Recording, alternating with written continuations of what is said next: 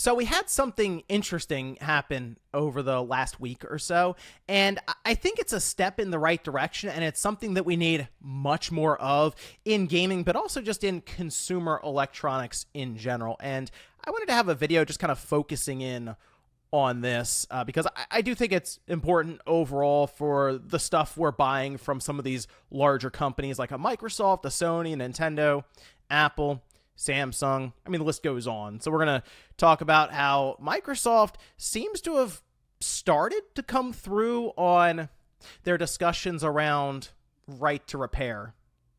Baby steps, though. So if you guys enjoy these videos, make sure you hit that like button.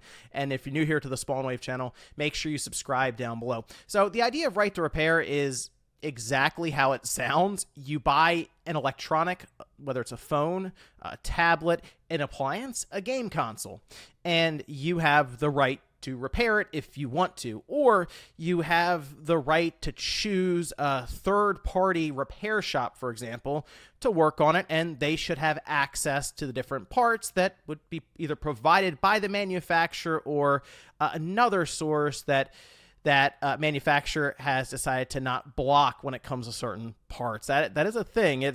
It's been going on for a long time, and it feels like the grips maybe loosened up a little bit around some of that stuff, but like back in the day, you would get some pretty sketchy screens at times for an iPhone, and is a kind of a roll of the dice, whereas it'd be a lot easier to have been able to order those iPhone screens directly from Apple. Now, I'm talking about going back to like the iPhone 4 days, for example. It was, you'd get some and it would look just look terrible.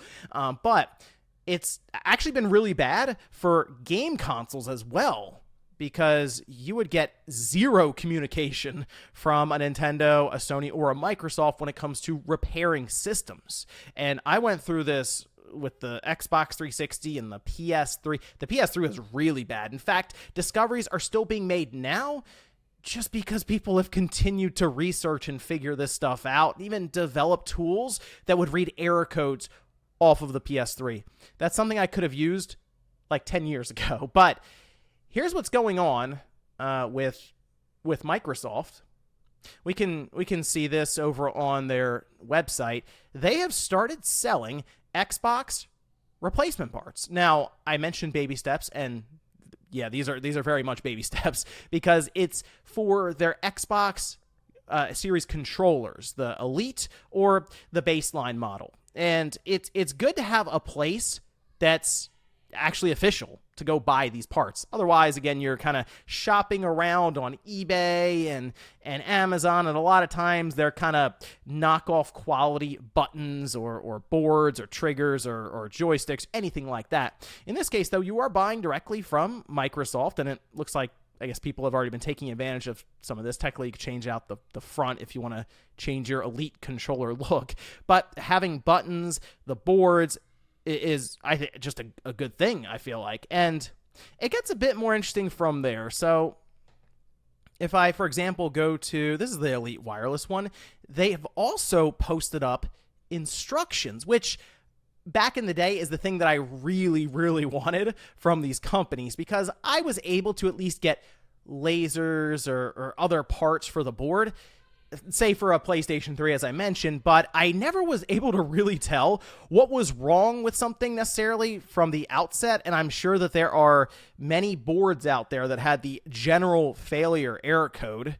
And it would have been great if Sony would have sold and then also provided instructions for error codes. So I could have read the error code off of a board and been like, okay, there's an issue with the RAM. There's an issue with maybe a 5-volt rail or 12-volt or something there, and I can kind of track it down and figure it out.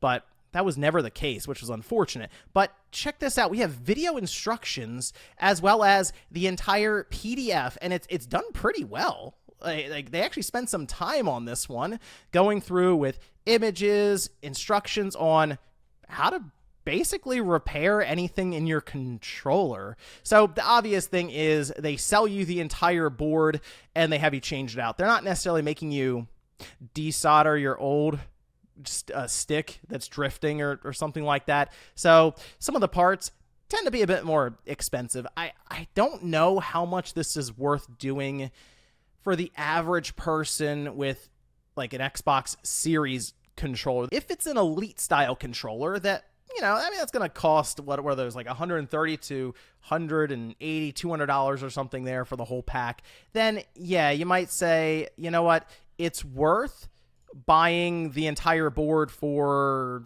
this one is for the Elite Wireless for $50, right? Maybe you even want to pick out some of the buttons and stuff, and you're still not up near what the Elite controller costs, and maybe you do just like the controller, it's worn in enough or something, and you just prefer it. Sure, there you go.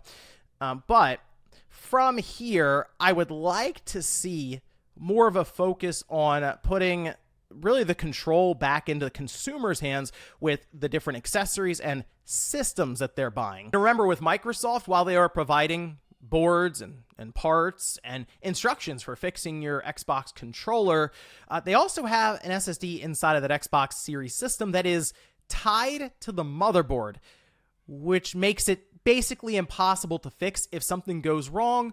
Oh yeah, unless you're Microsoft and you're able to unlock that. I have seen that Nintendo, they have their own little, I don't know, replacement parts section on their website, and it really is just that. It's like little odds and ends here and there, like the dock cable cover for your OLED dock, right? Maybe because that can detach and maybe get lost. Technically, sure, you can buy that.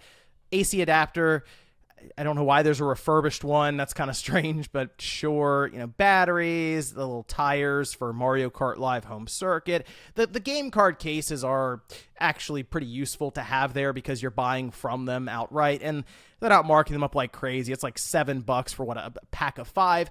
There's still shipping involved there. A little Nintendo 2DS cover, but I would like to go here and they go, hey, here's the top screen for a 3DS. Here's the screen for your Switch, and here's the step-by-step process if you would like to attempt it on how to replace it. That's still not something I necessarily recommend for the average person to go in and do, but if you're a repair shop who specializes in consumer electronic repair, and there is a guide that you can have available for different employees that work there, and there is a legitimate, reliable place to get that screen so and the customer knows that they are getting a good part, that is, I think, the best course overall. But not necessarily for some of these companies. Now, I mentioned Apple earlier for iPhones, and man, I feel bad for people who are still doing repairs for those things, because I remember going from the iPhone 3, technically, I remember that one, the 3GS, but then going to the 4, the 4S, the 5, I started to realize, as other people around me did too at the repair stores, that they were getting harder and harder to fix, which then brought in the idea of, maybe Apple's doing this on purpose so we can't keep repairing iPhones. And we would repair iPhones constantly. Like 5 or 6 in a day was not uncommon. And a lot of that had to do with, okay, we are just cheaper than the Genius Bar, the Apple Store, and we'll get it back to you faster. Really, screen repairs or replacements, when you got good at them, would be, less than an hour or so to really get it all done from start to finish. And people would drop it off, go get some food, come back, pick it up. Whereas at the Apple Store, you'd make your appointment, and even then, they're like, okay, it's going to be a couple of hours to get this done. And some people just would rather go have someone else do it and get it done faster and cheaper, right? I think that's fair. It's competition in the marketplace, great. Apple doesn't like that, clearly, even though they have work to do their own self-repair kits. I've seen them. No one's going to do that instead of just go to the Apple Store. They basically make you go through a bunch of hoops, and then it also comes down to your ability to change out the screen. And most repair shops won't do it because you need to have your serial number, I believe, or your unique identifying number for your phone just to get the screen sent out. And then it's a couple of days to process. So how does that work for a repair store that would keep screens in stock constantly? It doesn't. Anyway, I've ranted enough about Apple, and trust me, it's a common view seemingly across repair channels and stores and all this. Check out Louis Rossmann if you want more info on that one. I'll actually have a link down below to a video that he did basically explaining all this stuff with Apple from his point of view when it comes to even like MacBook Pros and stuff. I hated working on those things way back in the day with the the ones that would overheat a lot, the Core 2s and the NVIDIA chips. Yeah, that was not fun. Right to repair, though, is something that is basically, opposed completely by the ESA. That's the only way I can really describe it. The Entertainment Software Association, who's made up of a couple companies you may have heard of before, but they have an entire stance that's put on their website describing how they feel about it, saying right to repair mandates present unique risks to the video game ecosystem.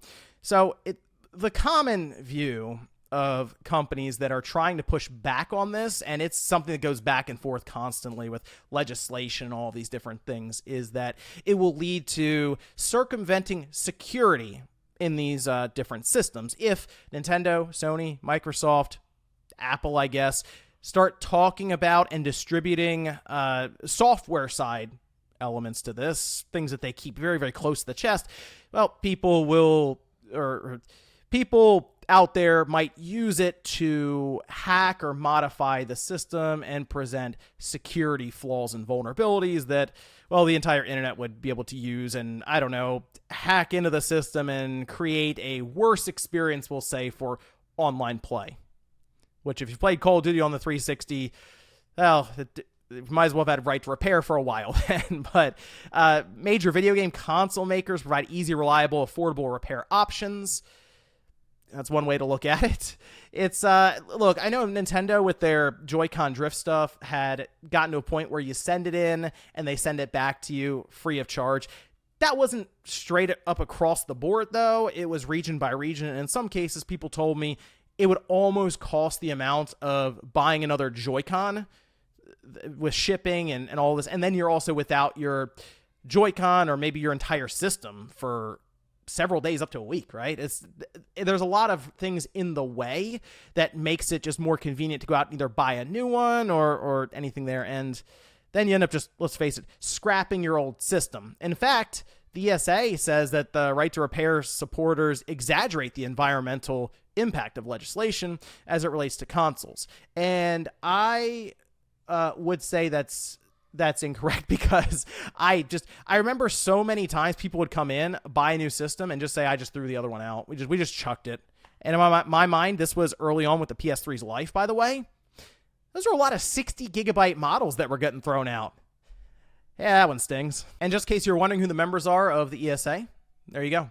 Makes a lot of sense, doesn't it? All the major platform holders with Nintendo, PlayStation, Microsoft, and then a bunch of developers and publishers who create a lot of games for those closed ecosystems. And that's the biggest thing here, is right to repair is mostly just about control from a lot of these manufacturers and larger companies who produce these products. They don't really want you working on this stuff, and they also only want you bringing it to them because they can, of course, control pricing and don't have to worry, apparently, about other third-party repair shops potentially eating into their bottom line and making it so you don't have to go to them. So it was always a struggle back in the day to get parts from any official source, and a lot of times we just kind of bought them on Amazon and eBay, and well, you'd get it'd be kind of a roll of the dice when it comes to quality. But let me know what you guys think about this one down below. I think it is good to see Microsoft have some kind of movement in favor of you being able to fix your own stuff at home,